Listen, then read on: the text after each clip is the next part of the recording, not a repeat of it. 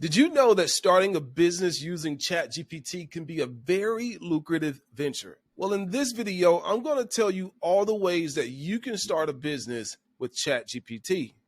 Hey, but before we get into that, if you like what I'm bringing to the table, do yourself a favor and hit that subscribe button. The first type of business you can start with ChatGPT is an obvious one, in my opinion, and that's through blogging and content creating. You can use ChatGPT for blogging, for content related to social media. You can even use ChatGPT to help you write scripts for videos. Another thing you can do with ChatGPT is use it for education. You can start a tutoring service where ChatGPT is assisting your students with questions that they have. You can help them with their homework, even help them learn a different language. And another way you can use ChatGPT as a business model is by training AI bots and then selling those AI bots to companies so that they can use those AI bots for customer service. You can even start a business using AI and ChatGPT to write scripts for movies and commercials, because ChatGPT can help you brainstorm ideas, develop dialogues, and even write the entire script. You can use ChatGPT to help you in gaming by creating interactive stories. See, ChatGPT can help you develop dynamic narratives